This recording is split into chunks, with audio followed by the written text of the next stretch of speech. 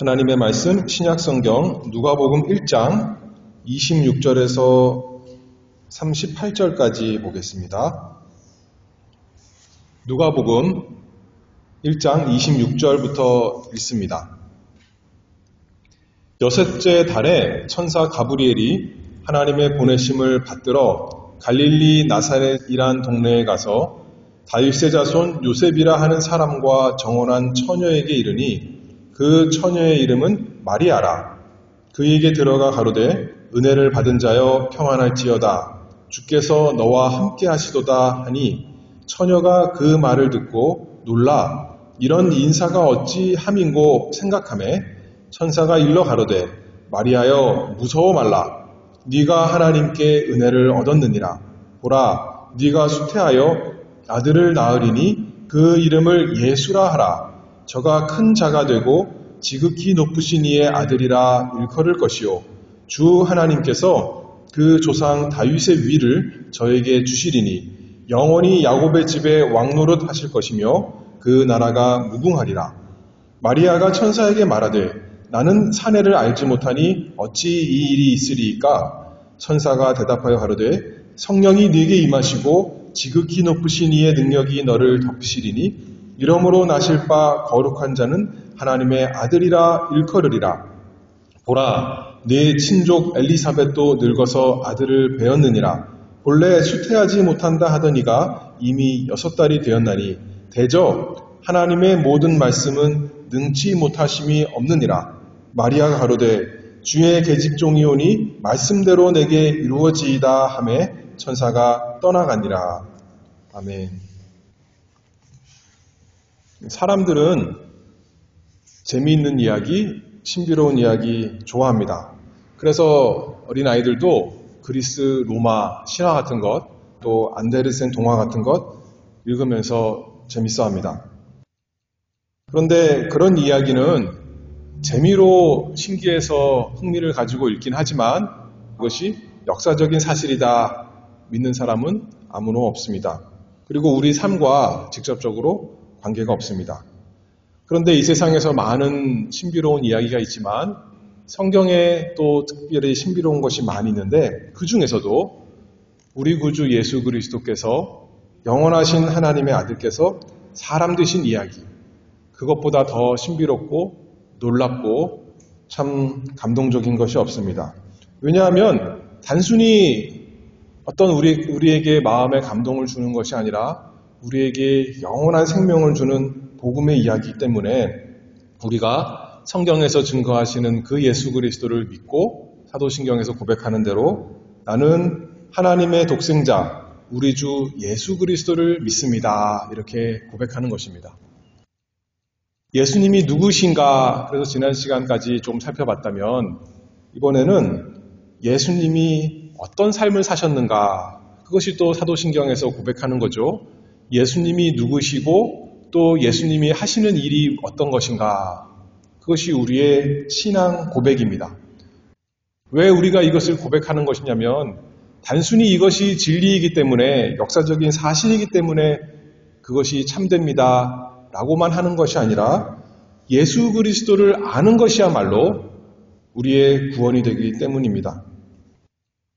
그래서 주님께서 이 세상에서 시작하신 그 삶에 대해서 오늘 성경에서 증거하는 대로 우리가 사도신경에서 이렇게 하죠. 이는 성령으로 잉태하사 동정녀 마리아에게 나시고, 우리가 앞서 고백한 하나님의 아들 우리 주 예수 그리스도, 이 분은 성령으로 잉태하셨고 또 처녀 마리아에게서 태어나신 분이십니다. 우리가 고백하는 그 내용 오늘 좀 살펴보기를 원합니다. 누가복음 1장 26절인데요. 거기에서 보면 하나님께서 천사 가브리엘을 갈릴리 시골 나사렛 동네에 사는 한 여자에게 보냅니다. 근데 그 여자가 누군가 27절에 보니까 다윗의 자손 요셉과 약혼한 처녀다 그렇게 말씀했어요. 그리고 그 처녀의 이름은 마리아다 우리에게 알려줍니다. 그리고 천사가 이렇게 28절에 인사합니다. 은혜를 받은 자여 평안할지어다. 주께서 너와 함께 하시도다. 천사를 한 번도 만나본 적이 없는데 또 이런 놀라운 인사를 전하니까 마리아가 놀라는 거죠. 두려운 마음이 생겼습니다. 그러니 천사가 또 이렇게 말하죠. 30절입니다. 마리아여 무서워 말라. 네가 하나님께 은혜를 얻었느니라. 하나님이 너를 심판하러 오신 것이 아니라 너에게 은혜를 주시려고 이렇게 특별히 나를 통해 찾아오시는 것이다 말씀하는 거죠. 안심시켜줍니다. 그리고 이제 이어서 그 찾아온 이유에 대해서 본론을 말합니다. 31절에요. 보라, 네가 수태하여 아들을 낳으리니 그 이름을 예수라 하라. 저가 큰 자가 되고 지극히 높으신 이의 아들이라 일컬을 것이요 주 하나님께서 그 조상 다윗의 위를 저에게 주시리니 영원히 야곱의 집에 왕노릇 하실 것이며 그 나라가 무궁하리라. 너무나 복된 소식을 전하였습니다. 단순히 한 사람 마리아에게만 복된 것이 아니라 온 인류에게 복된 소식, 그것을 전하는 거죠. 근데 그 내용의 핵심 중에 하나가 뭐냐면 네가 처녀이지만 아직 결혼도 안 한 상태이지만 아기를 가질 것이고 그 아기는 보통 사람이 아니라 온 이스라엘이 고대하던 구주, 이스라엘 하나님의 백성을 구원할 예수 그리스도다. 그렇게 말씀하는 거죠. 오늘 세 가지로 살펴볼 텐데요. 첫 번째로는 이 아기가 누구이신가? 우리가 어떻게 보면 지난 시간까지 살펴봤습니다. 그러나 다시 한번 또 여기 성령 잉태와 동정녀 탄생을 통해 또 강조하겠습니다. 이 아기가 누구신가? 마리아 뱃속에 잉태되는 아기지만 31절에 보면 지극히 높으신 이의 아들 그렇게 말씀했어요. 어머니 뱃속에 잉태됐고 또 그 마리아에게서 태어나고 그래서 이제 아무 힘 없이 그 마리아 손에 안겨서 품에 안겨서 어머니의 젖을 먹어야만 살 수 있는 연약한 아기. 혼자서는 일어설 수도 없었고 처음에 기저귀도 갈 수 없고 그렇죠? 혼자서는 씻지도 못하는 그렇게 연약한 아기인데 여기서 말씀하기를 지극히 높으신 이의 아들이다. 그렇게 말씀했습니다. 31절은 그렇게 말했고 35절에서는 다시 말해서 하나님의 아들이다. 그렇게 말씀하는 거예요. 아까 신화 얘기했는데 그리스 로마 신화를 보면 헤라클레스라는 인물이 나옵니다. 그 인물은 아버지가 제우스라는 신이고 어머니는 사람이에요. 그래서 신과 사람이 관계를 맺어서 태어나는 반은 신이고 반은 사람인 그런 희한한 존재입니다.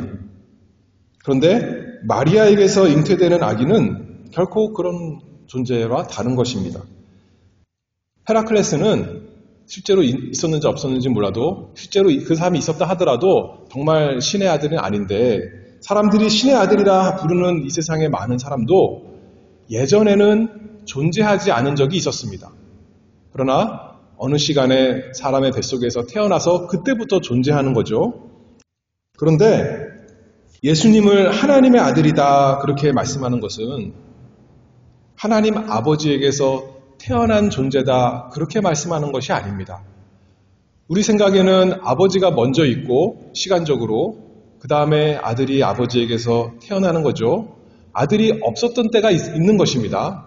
그런데 하나님의 아들 마리아에게 잉태되는 이 아기는 그렇지 않다는 거예요. 이 분에 대해서 요한복음 1장에 보면 맨 처음에 이렇게 말씀하죠. 태초에 말씀이 계시니라.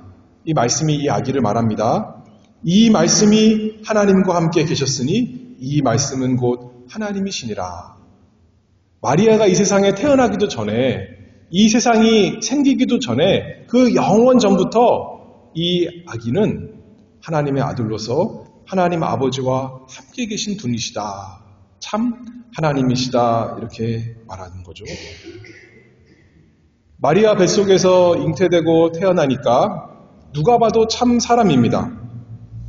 구약시대에 보면 천사들이 어떤 특별한 때에 가끔 사람의 모습을 가지고 나타난 적이 있었습니다.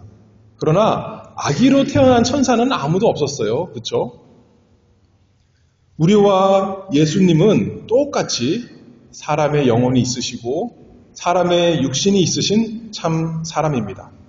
그래서 예수님의 태어나신 것을 다른 사람들이 보았고 예수님이 자라나신 것을 다른 사람들이 알았고 그 출생과 성장과 삶 전부를 주변 사람들이 다 보고 아는 참 사람. 요새는 과학이 발전해서 그 어머니 태만 들려서 아기를 어머니 태 속에 심어서 착상시켜서 그 어머니와 상관없는 아기가 태어나게 할 수도 있습니다. 그러나 예수님은 그런 것이 아닙니다. 성경에서 말하면 예수님은 마리아의 태만 빌린 것이 아니라 마리아를 예수님의 모친이다 분명히 말씀하고 있는 거예요. 그러니까 요새 말로 하면 마리아의 DNA를 받은 거죠. 마리아의 육신을 물려받아서 태어나신 참 사람이십니다.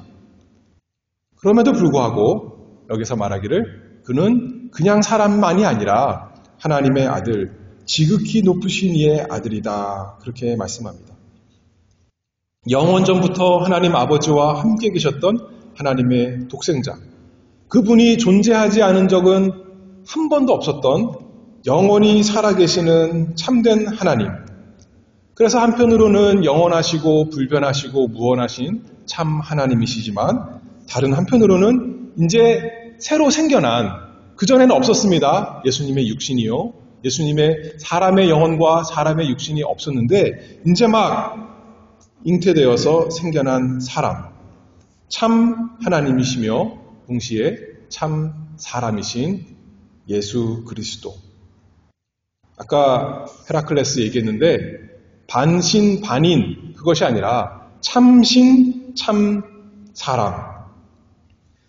하나님께서 사람이 되셨지만 하나님이 사람으로 변했다. 그것도 아니에요. 예전엔 하나님이었는데 이제부터는 사람이다. 그런 말도 아닙니다. 또 하나님과 사람이 합쳐져서 뭔가 새로운 세 번째 어떤 그런 특별한 상태가 되었다. 그것도 아닙니다. 그랬다면 더 이상 하나님의 아들, 하나님이 아니시겠죠. 더 이상 사람도 아닌 것입니다. 그분은 영원부터 영원까지 불변하시는 참 하나님이십니다. 예수님 한 분 안에 참 신성 하나님과 참 인성 사람이 함께 있습니다. 그러면서도 그 두 본성이, 신성과 인성이 변하지도 않고 섞이지도 않고 그러면서도 분리되거나 나뉘지 않는 한 분 예수님 안에 있습니다. 우리가 이것을 다 이해할 수 없지만 성경에서 예수님이 하나님이시다 그렇게 말씀하시니, 성경에서 예수님을 사람이다 그렇게 말씀하니 우리는 겸손히 경배하며 아멘 하는 것입니다. 디모데전서 3장 16절에 보면 이렇게 말씀합니다. 크도다 경건의 비밀이여 그렇지 않다 하느니 없도다. 그는 육신으로 나타난 바 되시고. 그것이 참으로 우리에게 크고 경건한 비밀. 그리고 예수 믿는 사람은 그렇지 않다 하느니 없이 이것을 다 고백하는 것입니다. 하나님께서 사람이 되셨는데 아버지께서 사람이 되신 것도 아니고 성령께서 사람이 되신 것도 아니고 아버지의 아들께서 사람이 되셨습니다. 아기로 잉태되어 태어나십니다. 그래서 그분을 지극히 높으신 이의 아들, 하나님의 아들이다 그렇게 부르는 거죠. 어떻게 그러면 하나님께서 사람이 되셨는가? 어떻게 아기가 되셨는가? 여기에 보면 오늘 본문에 마리아는 자기는 아직 결혼도 하지 않은 처녀입니다. 그런데 자기가 어떻게 이 아기를 낳을 수 있을까? 그렇게 의문이 가졌던 거죠. 그래서 질문합니다. 34절에요. 나는 사내를 알지 못하니 어찌 이 일이 있으리이까?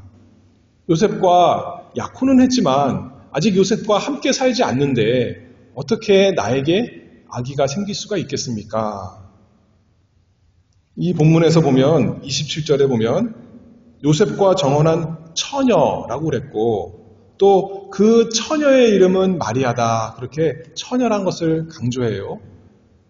성경에서 예수님은 처녀에게 잉태되신 분이다. 처녀에게서 태어나신 분이다. 이렇게 강조하는 거죠.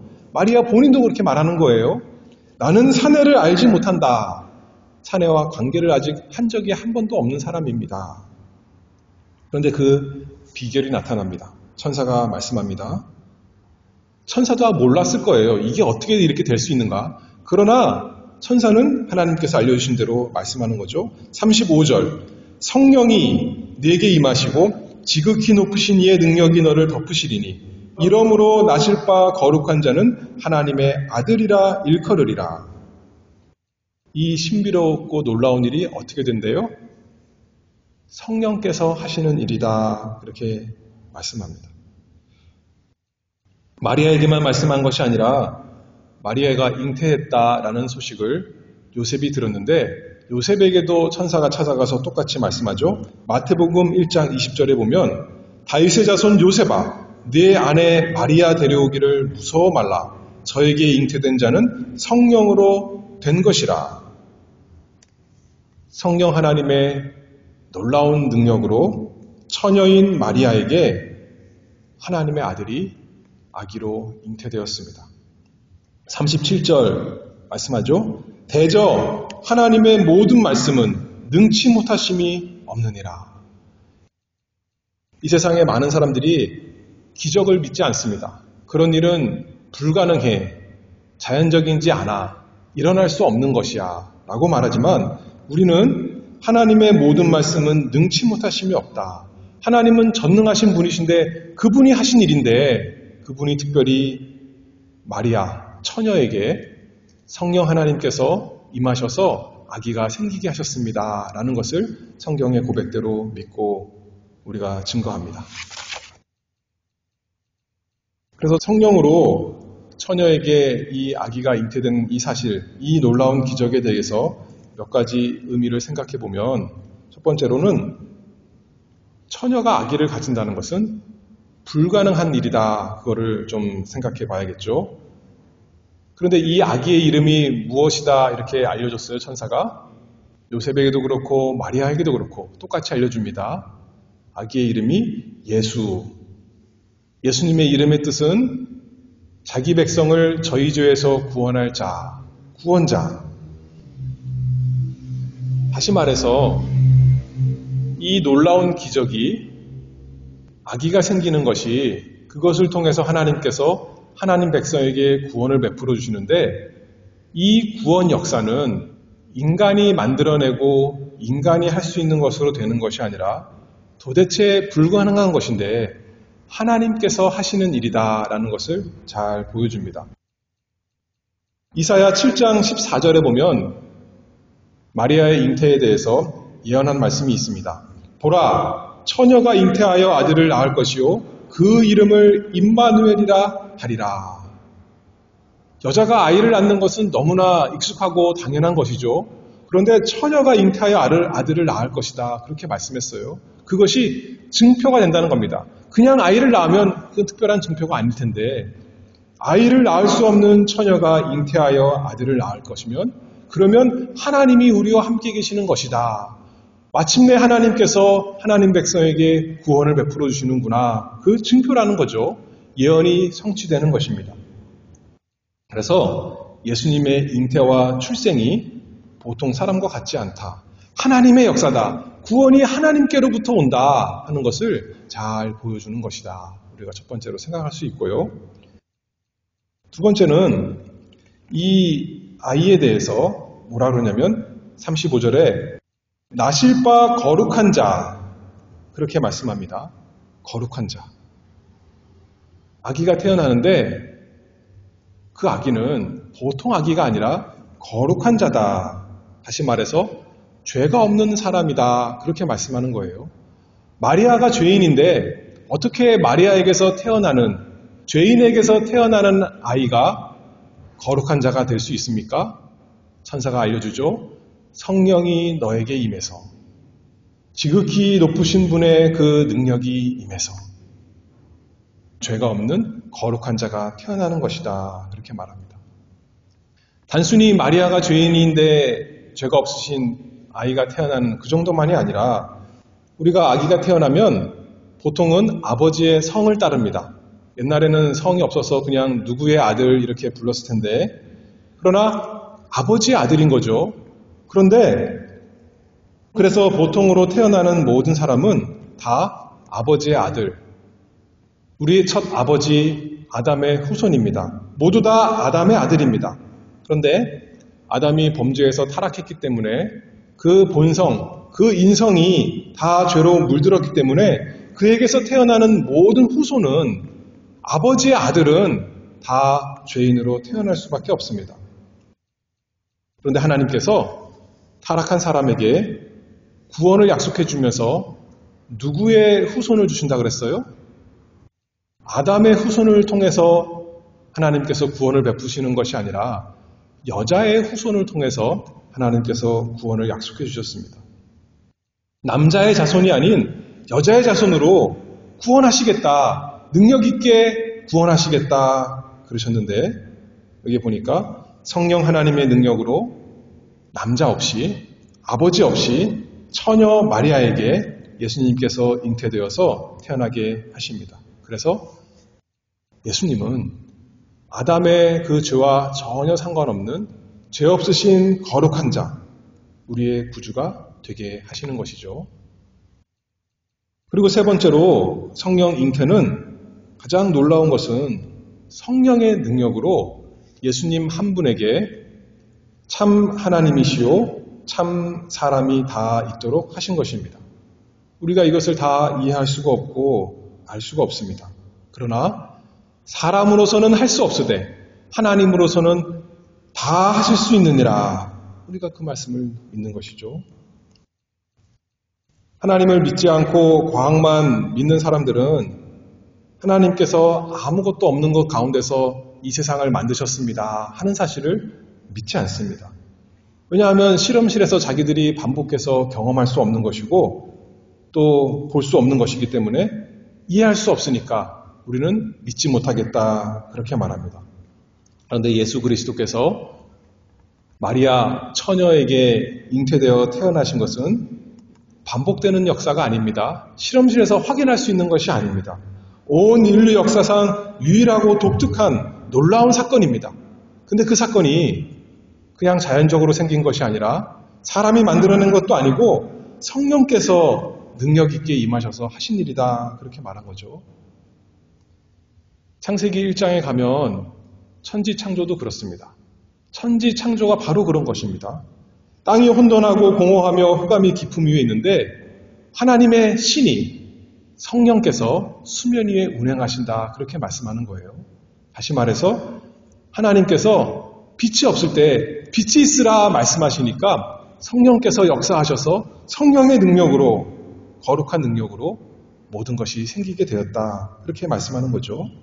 자연적으로는 일어날 수 없는 일이지만 하나님께서 초자연적으로 역사하셔서 처녀 마리아에게 하나님이 잉태되게 하시고 하나님의 아들 태어나게 하십니다. 그래서 참 하나님이시며 참 사람, 죄 없으신 우리와 똑같이 사람, 그러나 우리와 너무나 다른 거룩한 하나님의 아들 잉태되고 태어나게 하시는 것입니다.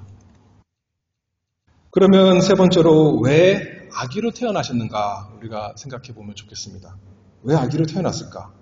우리가 잘 아는 대로 예수님은 30살 돼서 그때서 이제 세례 요한에게 세례받고 공적으로 메시아로서 그리스도로서 하나님의 일을 하십니다. 그 전 인생에 대해서는 우리가 잘 아는 게 많지 않습니다. 그런데 왜 아기로 태어나셨는가 좀 생각해 보면 좋겠죠. 정말 우리와 똑같이 되기 위해서 아기로 태어나셨습니다. 갑자기 30살 되는 사람으로 천사가 갑자기 나타났던 것처럼 그렇게 이 세상에 나타나셔서 우리의 구원을 베푸신 것이 아니라 우리와 똑같이 사람 되신 것이죠. 하나님의 아들께서 우리처럼 어머니 뱃속에 잉태되시고 태어나시고 자라나시고 형제들과 함께 생활하셨습니다. 단순히 십자가에서 죽으심만으로 우리의 죄값을 짊어지신 것이 아니라 우리처럼 어머니 뱃속에서부터 돌아가실 때까지 그 한평 사시면서 온전한 사람으로서 모든 고난을 당하시고 배고프실 때도 있었고 또 피곤하실 때도 있었고 수고하며 땀을 흘리실 때도 있었고 마음도 괴로우셨고 슬픈 일도 당하셨고 몸도 힘든 것 많이 경험하셨습니다. 그리고 마침내 십자가에서 피 흘려 죽으셨습니다. 누가 봐도 저분은 사람이셨습니다. 어느 날 갑자기 나타난 분이 아니십니다. 참 사람으로서 참 사람의 인생을 다 대신하기 위해서 정말 사람이 되신 것입니다. 참으로 아까 말한 것처럼 마태복음 1장 21절에처럼 하나님이 사람과 함께 거하셔서 임마누엘 하나님이 되신 것이죠.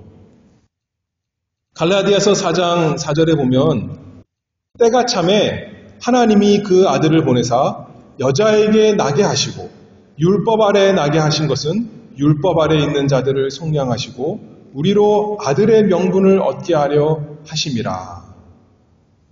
율법을 내신 율법의 주인이신데 율법의 심판자이신데 율법 아래 사람으로 태어나셔서 율법의 모든 요구를 다 이루셨습니다.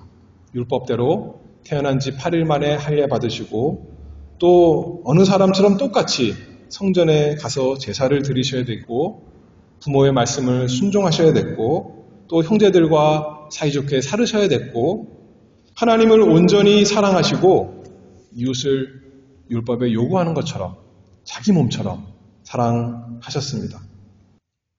하나님의 아들께서 사람으로 태어나셔서 사람으로 온전히 사셔서 우리 사람이 받아야 되는 모든 저주를 다 받으시고 우리가 사람으로서 해야 되는 모든 순종을 다 친히 대신하셨습니다. 왜요?